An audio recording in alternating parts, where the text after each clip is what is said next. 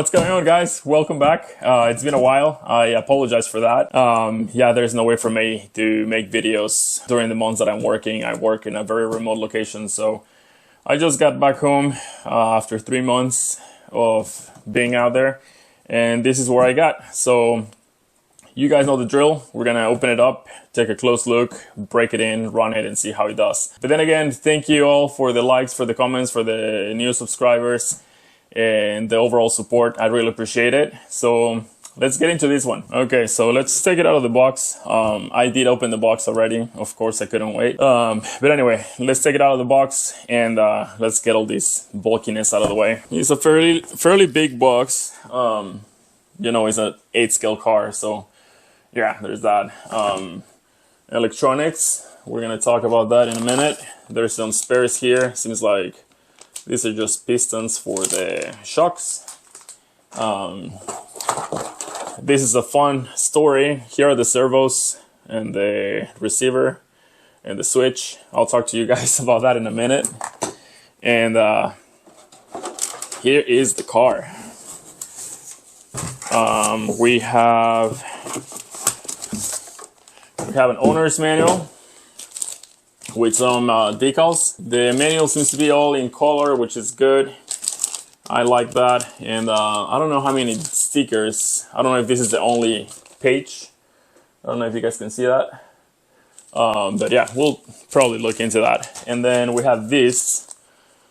They are the color of the body. I don't know what they are for.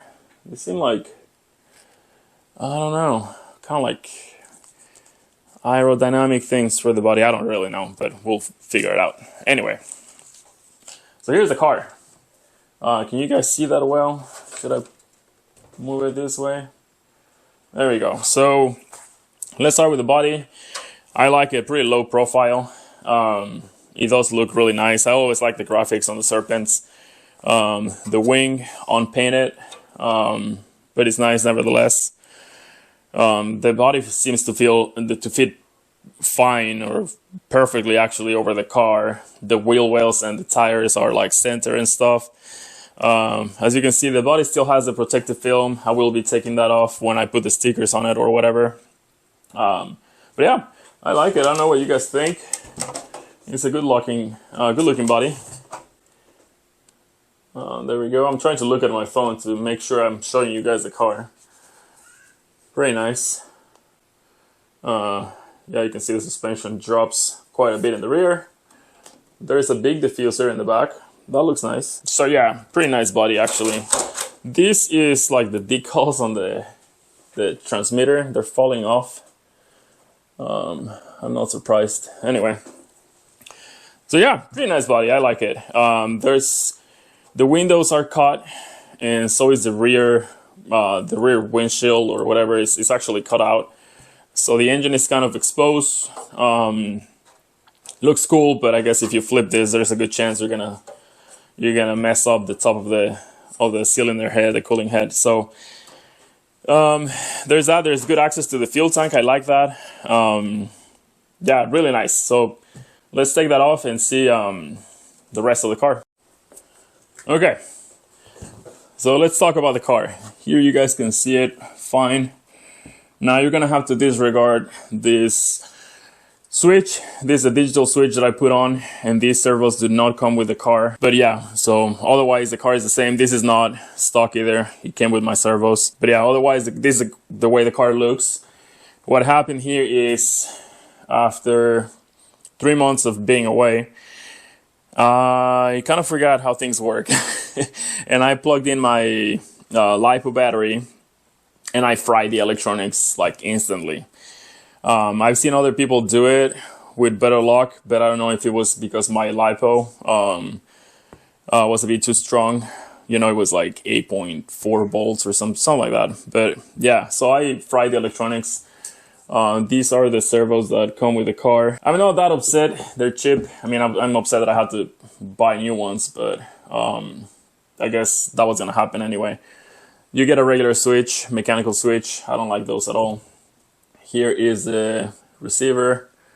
It does have a fail-safe, and the transmitter obviously as cheap as it gets.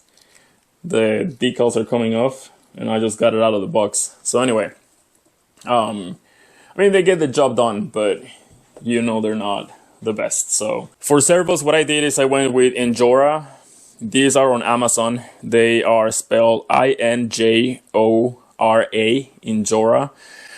These are 35 kilograms. They're high voltage, digital, brushless, waterproof, all metal on the inside. They always come with this metal servo horn, which is good. They come with a little pack of stickers, and so I have run these servos and Beto servos, but anyway, I have run the Injora servos on several cars for a long time, and I have never had a problem, so they are a pretty decent go-to. Anyway, so now that we have that out of the way, we can take a look at the car. It looks really nice, honestly. Let's turn it around. You guys can see the exhaust. There's no silly, silicone coupler in between the header and the pipe. I just hate how that looks. So very nice pipe. Dragon RC, I don't know, that's kind of like the Serpent brand or something. Yeah, looks pretty good. You get the S21 Serpent engine. Again, this is a 21 with a pull start. This is a 3-port, 2-needle carb. I love this. I don't know if you guys remember that video with the buggy, the Serpent buggy. So easy to tune. It returns to idle. Great. I mean, overall, it's a phenomenal engine for coming in an RT, ready to run car. So besides that, let's start from the front. Here I can see you have a very large foam bumper, and the top and the bottom nylon inserts, pretty strong. Very nice bumper, honestly. It's pretty big. On this car we have, give me one sec. Oh, I think I ran out of battery. There we go. There we go. Haven't touched this in months. Here in the front, you guys can see this is a C-hub car. These are 0mm offset. So anyway, C-hub. I believe they are, I'm not sure, I think they're 10 degrees. Yeah, they're 10 degrees. We have pretty beefy steering links and suspension arms. The lower control arms are pretty beefy. This comes with very large bearings. They're actually pretty big. Spring steel axles. Really nice. You get your sway bar or anti-roll bar here, metal, of course. It is also ran through the diff case. The steering top plate is plastic, but it looks really strong. It looks very thick with a very nice chassis stiffener. Something interesting on this car, I don't know if you're gonna be able to appreciate that, is the steering. It is angled. That steering rod right here, I don't know if you guys can see that. Probably not. But yeah, the steering is angled. It's not completely vertical. So the whole steering mechanism is at an angle. That is nice. The fuel tank, I believe, is 125 cc's. I don't know, but most likely. Things that I'm noticing out of the box. Let me put the car on its tires. Well, there's only 3, but yeah. Your body posts in the back, they're touching the rear tires, so you might want to look at that. And the air filter rests right on top of the transmission, is right on top of the gears, so you might want to take a look at that. You can either turn the filter facing another way, kind of like right there, you wouldn't be touching anything, or just change this. I know the Team Associated elbow will probably give it a nicer angle like that, and it's just like an $8 piece. So anyway, just things to consider. Let's put the car back on this. I hope you guys can see this well. Let's turn it around. So the radio box, pretty low profile. It has this kind of like carbon fiber look on top, but it's not, it's all plastic, of course. It has a very nice provision here for your transponder. So on the bottom it has some screws and a little plate to keep your transponder in there. That is pretty neat. I like how they did that. I just put the switch right here with some like Velcro tape. Aside from that, on the steering here you get a regular plastic servo horn. Of course I put that one on when I change the servos.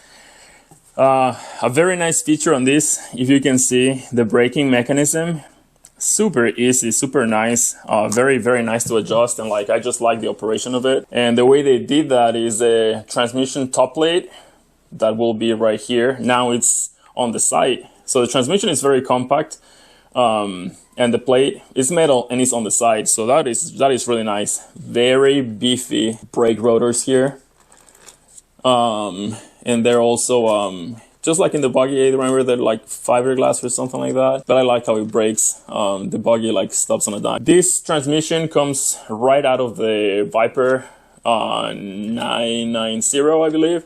So it's exactly the same thing, and you know it is a great transmission, 2-speed. The gearing, for the gearing, I had it somewhere. I didn't learn that, but anyway, so it's like 58-63.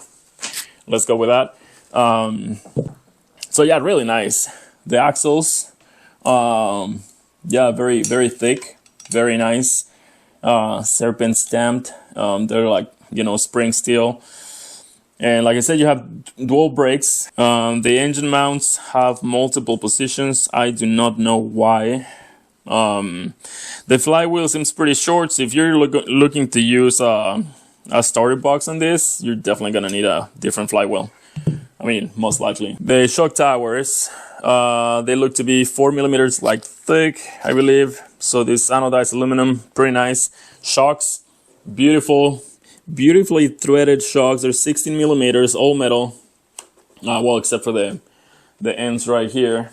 Beautiful shocks. You know, it's the same quality as the buggy. I love the quality of Serpent. They really make good stuff. That's pretty much it. For the battery, I'll show you what battery I put in there. I'm gonna have to like stop the video and take, these screws are extremely long, unnecessary long.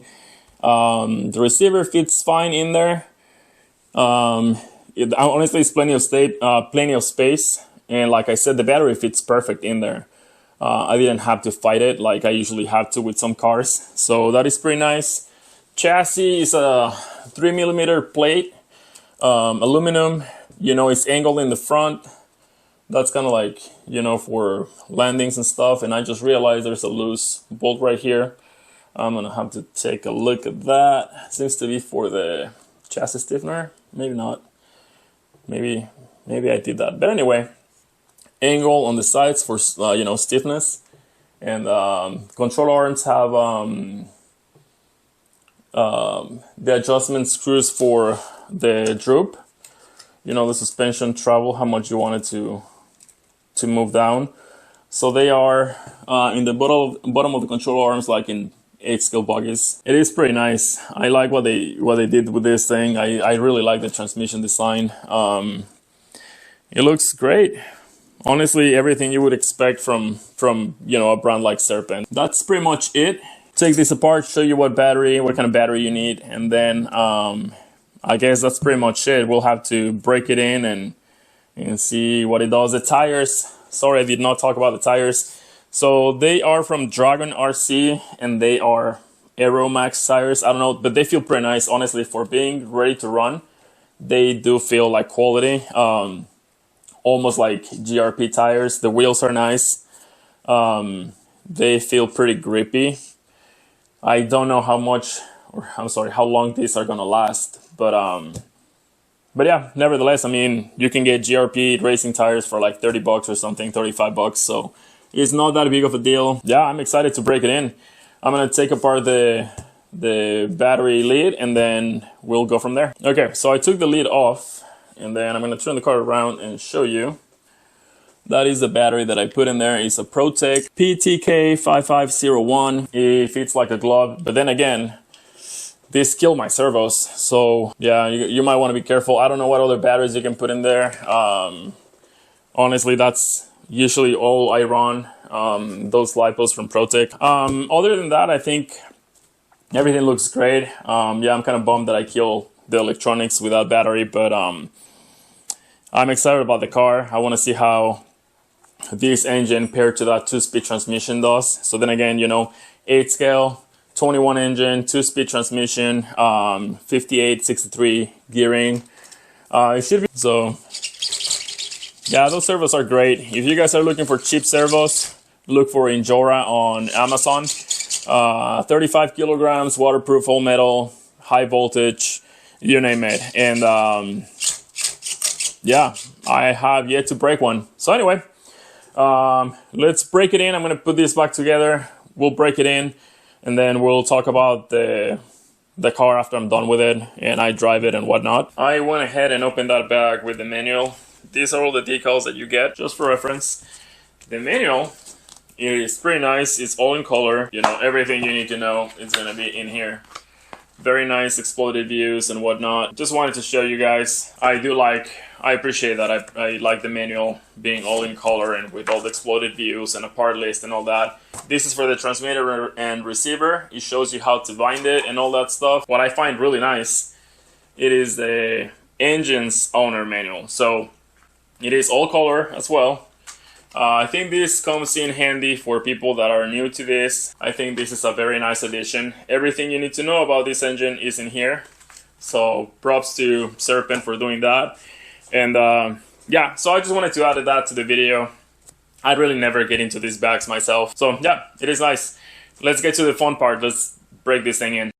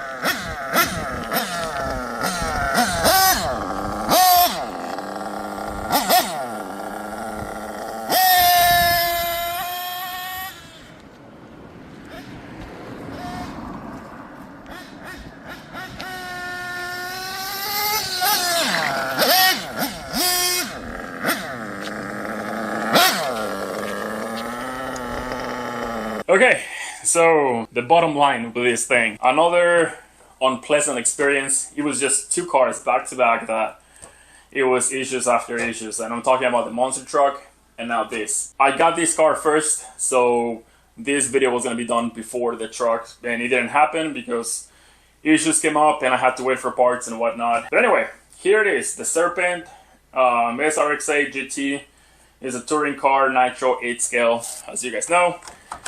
We talked about that already. Yeah, it wasn't a pleasant ownership. I mean, so far it was just issues after issues. So here's the car. Like I said, I love the way it looks. It handles really great. The design of the car, beautiful. I mean, Serpent always does that. The issue here is I praise Serpent because of the quality and the attention to detail with their you know, 8-scale Nitro buggy. You guys saw that video. Unfortunately, it did not translate into this. The only good things from that is the engine that is in the same, you know, it's the same engine in both cars. What a great, solid engine for a ready-to-run vehicle.